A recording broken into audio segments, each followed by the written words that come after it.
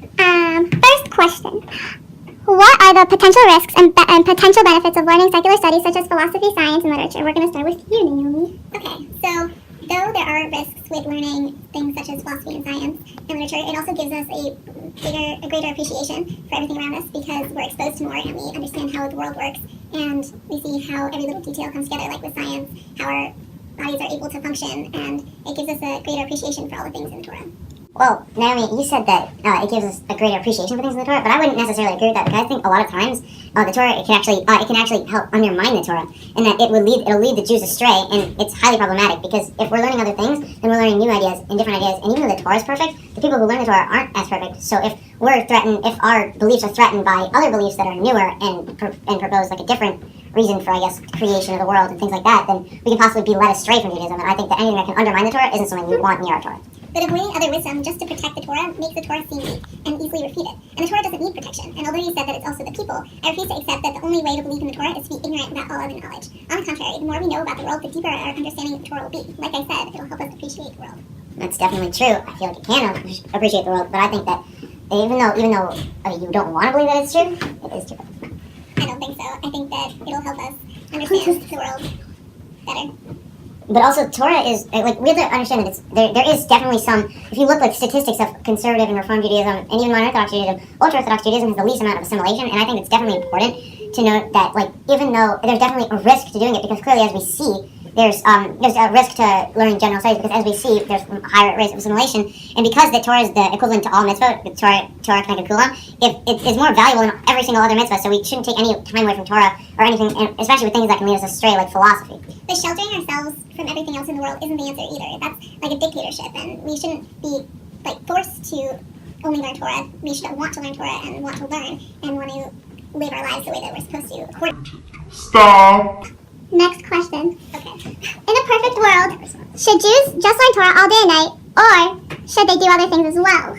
Start with you this time, Nathan. I think that ideally, yes, Jews probably should learn Torah all day and night because the Torah is everything we need. I mean, you can build halacha out of it. Like, you can create a society based on Torah, and all we really need is the values and the core values, and even the more stringent little things that we pull out of little details of the Torah. And there's so much Torah to learn that we can do so much of it, and we don't need anything else in our lives to be satisfied. That is very true, that the Torah is extremely important and gives us a lot. But God also gave us all the other mitzvot in the Torah, and even though the Torah is equal to these mitzvot, we shouldn't just be ignoring these parts too. God has given us a complex mission with many different components. It is impossible to fulfill the mitzvah by only learning Torah. What about like Or Lagoyim and Tikkun Olam? We're supposed to be helping other people see the light and not just focusing on learning Torah. And we have also the whole idea of Torah Ve'avoda, which is like what B'nai Akiva stands for, and that we shouldn't just be learning all day. And one of the things that father is obligated to teach his son is to find an occupation. So why would that be a halacha if men aren't supposed to be working? May I interrupt for a second? I think I will only give you guys 30 seconds each to talk or less because if not, this video will never end.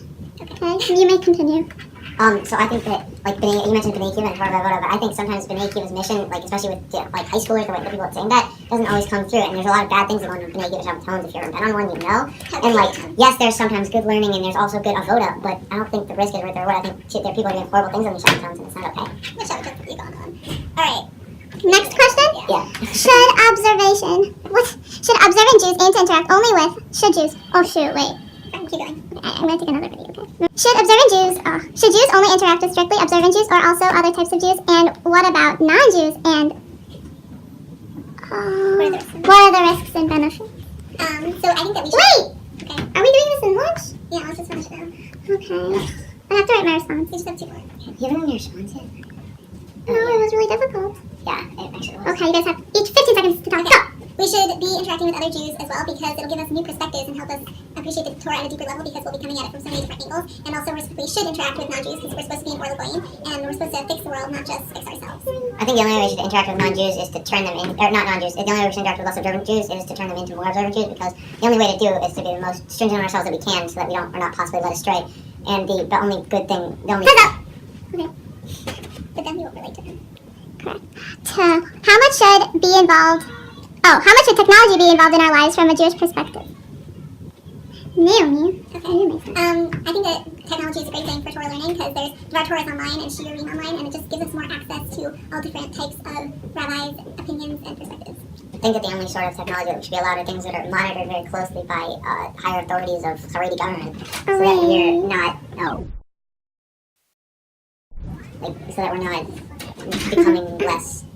Because there are definitely dangerous things on the internet that we don't want people to see, and with great technology comes great risk.